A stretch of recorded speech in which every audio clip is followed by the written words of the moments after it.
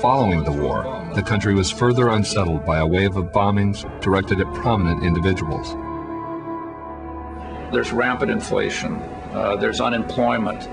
There's some major strikes. There's a massive general strike in Seattle. So you have foreign language communists and socialists advocating for Bolshevism. Finally, there is violence.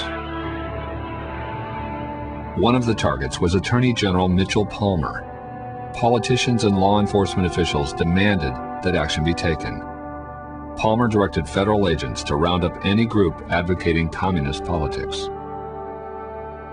Were they communists or were they the socialists? Probably not. They were probably anarchists who've been involved in bombings since the 1880s, but that sort of distinction is pretty subtle. Whenever they talk about the Palmer raids among historians, they're viewed as one of the very darkest moments in American history. And they truly are. Thousands of people were arrested, most of whom had absolutely nothing to do with radicalism.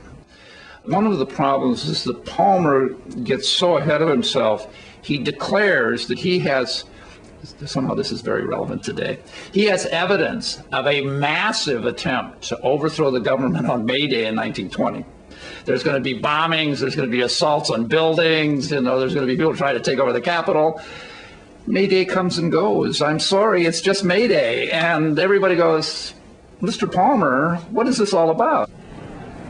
The ACLU was born of a civil liberties crisis, the Palmer raids, around the time of World War I, where people who were thought to be communists were rounded up and deported without any due process of law.